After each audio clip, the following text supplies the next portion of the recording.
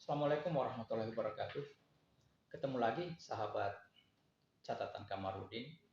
Kali ini saya ingin mereview sebuah buku yang dari kemasannya kelihatan sangat menarik. Kemudian buku ini penuh kejutan karena pertama dia ditulis oleh seorang penulis perempuan yang masih sangat belia, masih duduk di kelas 9 SMP. Yang kedua, kejutan yang kedua, buku ini ternyata bukan buku yang pertama. Ini adalah buku kedua atau tepatnya novel kedua dari sang penulis. Kejutan yang ketiga tentu saja nanti isinya yang akan kita lihat sama-sama. Ngomong-ngomong soal penulis belia atau penulis cilik, di Indonesia sebenarnya ada beberapa penulis cilik yang pernah menorehkan catatan emas dalam sejarah kepenulisan Indonesia, khususnya penulis-penulis muda. Di tahun 2005 misalnya, kita mengenal ada seorang pelajar yang bernama Isati dari Bandung, itu menulis sebuah novel pada saat dia masih berumur 7 tahun. Novelnya sangat terkenal, booming waktu itu. Judulnya Powerful Girls. Kemudian di tahun 2017 ada juga seorang anak muda perempuan namanya Putri Azahra Haryanto menulis novel judulnya IPA dan IPS di saat mereka masih berusia 14 tahun. Kalau novel ini yang ditulis oleh Putri ini berbeda karena dia lebih banyak ditulis di aplikasi Wattpad yang sudah dibaca oleh jutaan pembaca. Nah, di tahun 2020 ada juga dua remaja Indonesia yang saat itu masih berumur 11 tahun dan 12 tahun. Ini dua orang, mereka berkolaborasi, Hana Rumai dan Nadifa. Keduanya bermukim di Inggris karena mengikuti orang tuanya yang bekerja di Inggris, dan menulis sebuah novel berjudul Vanilla Velvet yang ditulis dalam bahasa Inggris.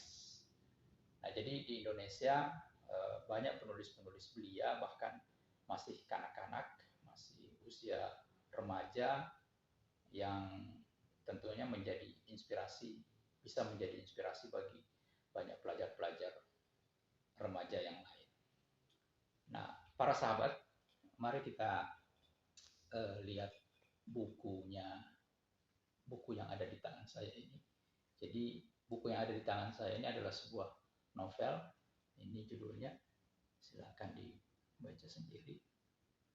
Ditulis oleh seorang perempuan yang saya sebut tadi masih duduk di kelas 9 di SMPIT Al-Ahyar di Kota Makassar, Sulawesi Selatan. Namanya Anissa Espiarni Gurfa atau yang dari kutipan tulisan yang ada di sampul belakang, saya menduga isi buku ini akan sangat mengejutkan dari halaman ke halaman.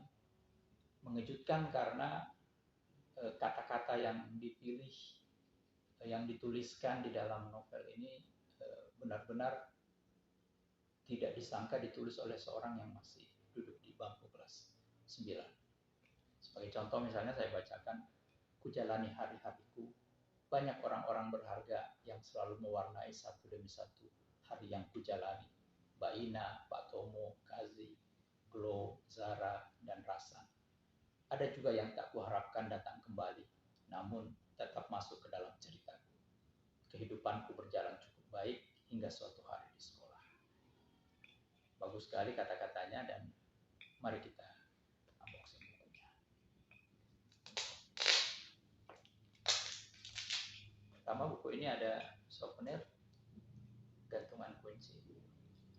Menarik sekali. Baru kali ini saya mendapat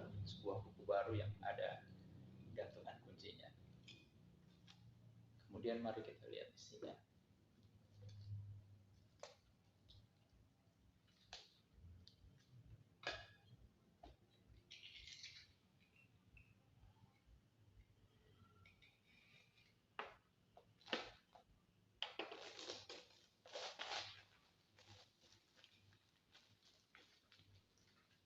Nah, ini dia para sahabat. Wow, ada souvenir lagi di dalamnya. Ada pembatas baca, kemudian ada kalender 22. Kalender 22 ini rupanya dibuat oleh penulis untuk mencatatkan dirinya dalam sejarah bahwa di tahun 2022 Nisa yang masih duduk di kelas 9 SMP telah menulis bukunya yang kedua. Oh ya, saya lupa sampaikan bahwa ini adalah novelnya kedua. Novel keduanya Nisa. Novel pertamanya itu berjudul The Color of My Day. Saya kurang tahu diterbitkan tahun berapa, tapi sekali lagi ini bukunya yang kedua. Hebat kan? Luar biasa bukunya ini. Ada 197 halaman. Jadi ini gaya menulisnya benar-benar menggambarkan seorang remaja yang dunia ini menyenangkan dalam pandangannya, dan itu bisa dilihat dari kata dan kalimat yang ditorehkan dalam novel ini. Begitu sahabat, saya harus membaca buku ini sampai tuntas untuk nanti mungkin saya ceritakan lagi kepada para sahabat catatan Kamarudin. Pelajaran yang penting sekali saya dapat juga dari penulis dan buku yang ditulisnya ini adalah bahwa sebenarnya siapa saja bisa menulis. Tidak memandang usia, tidak memandang latar belakang, tidak memandang siapapun, semua orang bisa menulis. Hanya saja memulai menulis itu yang berat. Padahal memulai menulis itu adalah cara terbaik untuk memulai menulis. Jadi guru menulis saya dulu pernah berkata kepada saya, dan itu diulang-ulang dalam setiap pelatihan jurnalistik atau menulis yang pernah saya ikuti bersama beliau. Beliau selalu mengatakan bahwa ya mulailah menulis dengan menulis. Jadi adik-adik remaja yang sekarang tiap hari menorehkan catatannya dalam status media sosial yang dimilikinya, tidak ada salahnya kalau memindahkan catatan di media sosial itu, status di media sosial itu ke dalam buku, dalam sebuah novel, seperti yang dilakukan oleh Anissa Espiarni Gurfa atau Nisa. Saya ucapkan selamat untuk Nisa. Teruslah menulis dan teruslah membaca, karena dengan membaca tulisan kita menjadi lebih berwarna, lebih tajam, lebih dalam, lebih luas, lebih memberikan pengetahuan yang luas juga kepada para pembaca kita. Mudah-mudahan ini bukan novel yang terakhir bagi Nisa, dan bagi adik-adik remaja yang lain, ikutilah langkah Nisa, mulailah menulis, karena dengan menulis kita mencatatkan nama kita dalam sejarah ilmu pengetahuan, sesederhana dan sekecil apapun tulisan kita. Selamat ya buat Nisa. Terima kasih sudah menginspirasi anak-anak muda Indonesia. Assalamualaikum warahmatullahi wabarakatuh.